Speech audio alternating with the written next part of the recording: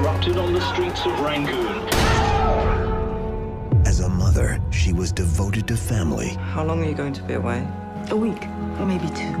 But when her country demanded freedom, You are the only person who can lead Burma into democracy now. she became its greatest hope. Your father fought and won independence for Burma. Aung San Suu Kyi, housewife, a mother of 2, emerged today as Burma's bright new hope for the future.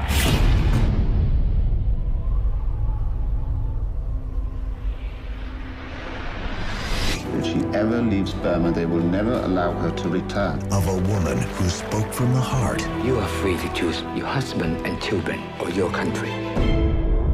What kind of freedom is that? and gave a voice to her people. The Nobel Prize laureate Aung San Suu Kyi. If you die, your people lose their best defender.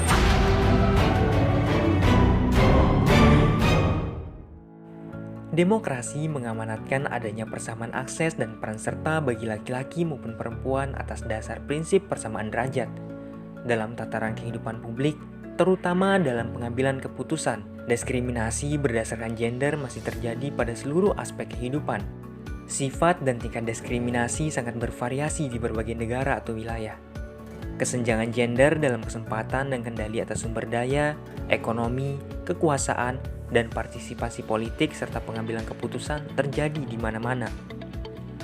Representasi perempuan dalam bidang politik boleh dikatakan masih jauh dari apa yang kita harapkan. Saat ini, Myanmar tengah menghadapi persoalan serius dalam perkembangan situasi politiknya, di mana prinsip-prinsip demokrasi yang seharusnya dijunjung tinggi tidak mendapat pengakuan yang layak.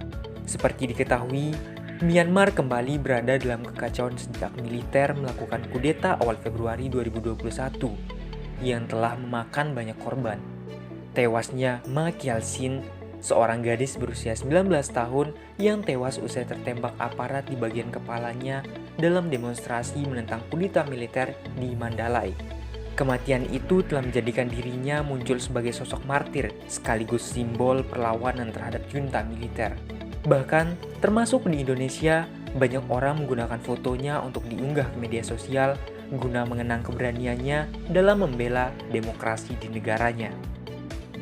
Salah satu isu yang kini kembali menjadi perhatian masyarakat internasional adalah mengenai perjuangan tokoh perempuan Aung San Suu Kyi dalam perkembangan politik yang terjadi di Myanmar, khususnya menyangkut isu demokratisasi di negara tersebut.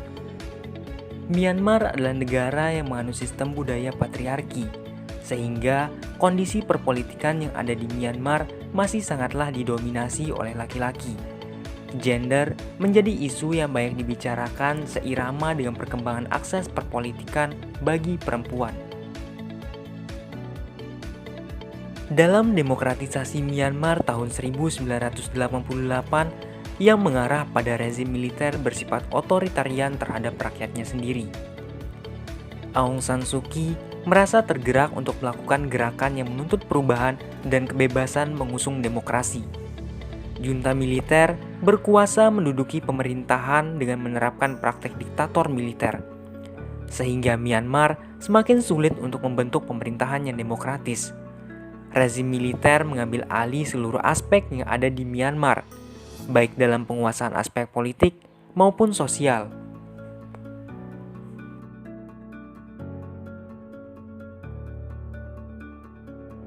Pemerintahan otoriter yang dijalankan oleh junta militer dipimpin oleh Jenderal Ne Win sejak tahun 1962 memiliki dampak politik bagi perempuan. Salah satu tantangan partisipasi politik perempuan selalu menghadapi pandangan serta interpretasi agama dan budaya yang masih sangat patriarki.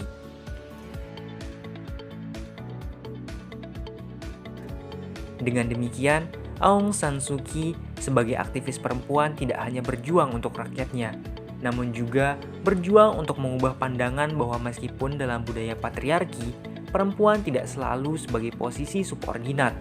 Posisi subordinat tersebut yang membuat perempuan masuk ke dalam peran gender, di mana perempuan tidak seharusnya berjuang di ranah politik.